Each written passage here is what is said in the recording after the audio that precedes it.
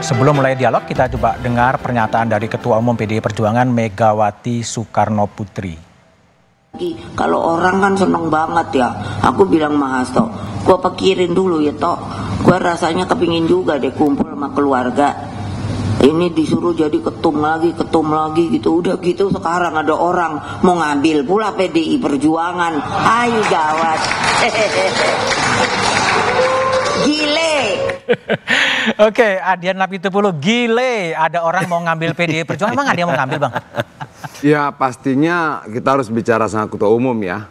Tapi kan memang ada master konspirasi ya. Master konspirasi ya, apalagi? Kita lihat master konspirasi ini dia bermain di banyak tempat segala macam. Apa ya kalau istilahnya tadi Toto bilang masko gitu, master konspirasi kayak gitu. yang memang apa ya jago lah gitu loh. Jago apa? Jago membangun konspirasi sana, konspirasi sini, segala macam gitu loh. Kayaknya Dian kenal orangnya sebenarnya kalau aku bisa kayaknya tahu dekat gitu. juga sama Toto. Bahkan pernah didukung Adi Prayitno juga. Gitu.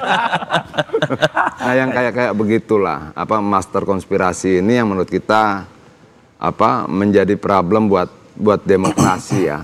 Tanpa harus mengatakan bahwa dia yang dimaksudkan oleh ketua umum tidak. Karena ketua umum tentunya memiliki banyak informasi yang seringkali juga tidak secara detail disampaikan pada kita. Tapi dia tentu memberikan warning, sinyal-sinyal bahwa peluang itu mungkin saya bisa terjadi dan sebagainya seperti itulah. Tapi untuk kepentingan apa? Kalau Bu Mega tadi mengatakan ada orang yang mau ngambil partai politik PDIP itu? Ya artinya bahwa kalau saya melihatnya untuk sementara waktu itu adalah warning buat kita semua. Buat kami dari kader PDI Perjuangan bahwa kemungkinan itu bisa saya terjadi ketika kemudian situasi politiknya semakin menjauh dari demokrasi. Kalau dari sisi sikun gitu, PDIP mau diambil dulu nggak bisa ngambil Golkar atau gimana kira-kira itu? Bagaimana? Kalau dari si urutan PDIP mau diambil dulu nggak bisa, kemudian Airlangga mundur atau gimana sebetulnya? Nah itu juga konspirasi. Nah, master konspirasi itu yang begitu itu gitu loh. Oke, Adi Prayitno, ini memang ada tren untuk ngambil partai-partai. Untuk kepentingan apa sebetulnya nih? Diacak-acak gitu. Kalau saya secara prinsip, Golkar ini menjadi seksi setelah perolehan pileknya di 2024 naik secara signifikan. Hanya selisih 1 digit dengan PDIP partainya Bang Adian Napitupulu. Jadi siapapun yang punya intensi untuk menggantikan Pak Langga Hartarto, tentu kepentingannya adalah 3 hal. Pertama, ini tentu kepentingan pilkada serentak secara nasional. Yang kedua adalah soal bagaimana ikut serta dalam komposisi kabinet. Yang ketiga adalah bagaimana mengorkestrasi kepentingan politik. Jadi untuk menjaga keseimbangan politik ya di 5 tahun yang akan datang, terutama di internal Partai Kim, maka Golkar adalah satu-satunya alasan yang sangat mungkin bisa dimanfaatkan. Beringin ini besar Bang, akarnya kokoh. Wajar kalau banyak orang yang ingin berteduh di bawahnya. Bahkan banyak orang yang ingin menguasainya dengan cara menggergaji. Itulah Golkar hari ini. Oleh karena itu, ketika Pak Airlangga mundur, ini kan orang bertanya-tanya. Pasti ada syai'un. Nah itu istilah pesantrennya. Ada sesuatu yang tidak wajar. Kalau yang tidak wajar ini terjadi antara internal, persaingan antara Bang Doli dengan yang lain gitu ya, antara Bahlil, antara AGK dan elit-elit Golkar yang lain. Jadi kalah ya kalah saja, ini tetap teman. Yang kita khawatirkan adalah instrumen-instrumen eksternal itu yang mencoba untuk masuk dan mencoba untuk mengendalikan partai. Partai ini kan tujuannya adalah untuk memproduksi bagaimana potret kaderisasi kepemimpinan di masa yang akan datang. Orang masuk ke partai capek-capek, jadi ketua umum, jadi wakil ketua umum, jadi ketua Bapilu dan seterusnya. Jangan sampai kemudian ada orang yang mencoba masuk ke dalam dan ingin menguasai dan mengendalikan. Itu nggak sehat. Itu master konspirasi kata Bang Adi. Kita nggak tahu siapa. Tapi inilah yang sangat powerful Bang. Nah powerful itu siapa? Mari kita cari bersama-sama. Oke, baik. Tok, kembali Tok. Ini kalau lihat sekarang kan Airlangga turun lah ya. Kemudian ada juga tren PKB mempercepat muktamarnya. Hanura juga kemudian mempercepat. PAN juga. PAN juga semuanya dipercepat. Semuanya dipercepat maju gitu. Apakah memang ini juga antisipasi di intervensi atau apa yang Anda baca? Ya tadi kalau kita lihat dari si timeline kan jadi menarik. Kalau kemudian semuanya dipercepat menjadi sebelum 20 Oktober. Artinya kan ada yang punya kepentingan untuk memastikan konstelasi politik ketika dia masih memiliki peran dalam konstelasi politik. Ya di sini kita berbicara mengenai sekarang masih Jokowi, pasca 20 Oktober bukan lagi Jokowi tapi Pak Prabowo. Pak Prabowo. Menjadi aneh menurut saya kalau ada tuduhan ke Pak Prabowo. Mengingat buat Pak Prabowo akan lebih perannya terasa secara kekuasaan dan power kalau Kongres, Munas, Muktamar itu terjadi pada saat dia sudah menjadi penguasa. Nah tapi balik lagi kita nggak bisa membuktikan hipotesa-hipotesa ini terkait dengan Golkar. Katakanlah ada sebuah intervensi dari luar seperti kata Adi Praitno tadi.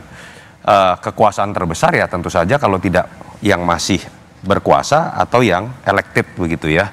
Pertanyaan terbesarnya kan adalah apakah andai kata yang berkuasa ini ikut serta dalam intervensi itu, apakah dua matahari ini satu suara atau jangan-jangan ini hanya permainan dari salah satu matahari sehingga matahari yang lain merasa sebetulnya tidak nyaman dengan manuver ini, dan itu baru bisa terjawab menurut saya setelah pergantian kepemimpinan terjadi 20 Oktober ya.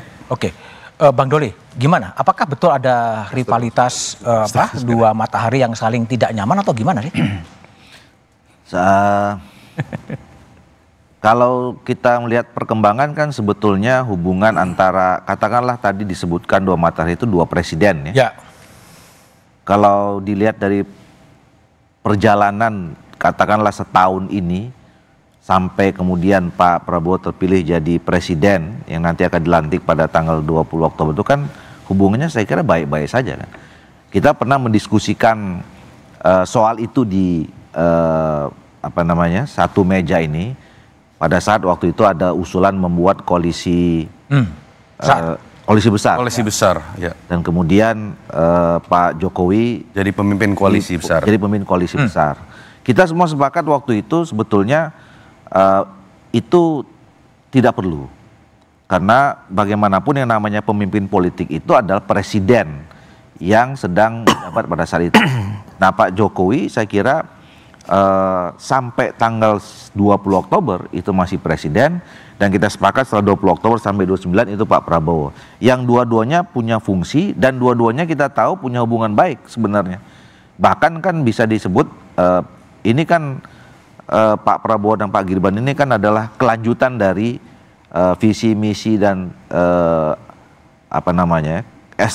penerus estafet program-program kepemimpinan Presiden Pak Jokowi. Jadi sebenarnya menurut saya ya sejauh ini apalagi kalau kita lihat hubungan ketua-ketua partai politik yang ada di kabinet itu sangat-sangat baik di antara ketua umum partai politik itu sendiri maupun hubungannya komunikasinya dengan Pak Jokowi, termasuk khususnya Pak Jokowi dengan Pak Prabowo. Oke, baik. Bung Zainul, kembali lagi.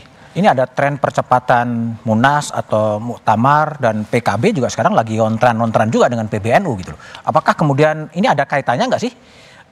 PBNU dan PKB kemudian juga dipercepat ke Agustus, atau ini otonom, kedaulatan betul dari PKB untuk menentukan Muktamarnya itu kapan? Ya, kalau percepatan Muktamar di bulan Agustus ini, Bang Budiman, itu adalah aspirasi dari teman-teman di DPC dan DPW ya. Karena kita ingin nanti kita secara timing biar berkonsentrasi untuk di Pilkada, agar tidak terlalu banyak disibukkan dengan urusan-urusan internal, itu jadi pertimbangan utamanya gitu.